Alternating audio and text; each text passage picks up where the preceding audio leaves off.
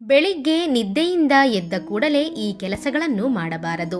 ಮಾಡಿದರೆ ಎಲ್ಲವೂ ನಷ್ಟವೇ ಮತ್ತು ದರಿದ್ರವನ್ನು ತರುತ್ತದೆ. ಪ್ರತಿದಿನ ಎದ್ದ ಕೂಡಲೇ ಎಲ್ಲರೂ ಯಾವುದೋ ಒಂದು ವಸ್ತುವನ್ನ ನೋಡುತ್ತಾ ಇರುತ್ತಾರೆ. ಇನ್ನು ಕೆಲವರು ಕನ್ನಡಿಯಲ್ಲಿ ತಮ್ಮ ಮುಖವನ್ನು ಕೈಯಲ್ಲಿ ಹಾಕಿಕೊಂಡಿರುವಂತಹ ಉಂಗುರಗಳನ್ನು ನೋಡುತ್ತಾ ಇರುತ್ತಾರೆ. ಈ ರೀತಿ ಒಬ್ಬೊಬ್ಬರಿಗೆ ಒಂದೊಂದು ರೀತಿಯ ಅಭ್ಯಾಸಗಳು ಇರುತ್ತದೆ. ಆದರೆ ಈ ರೀತಿ ಮಾಡುವುದು ದರಿದ್ರವೆಂದು ಹೇಳಲಾಗುತ್ತದೆ.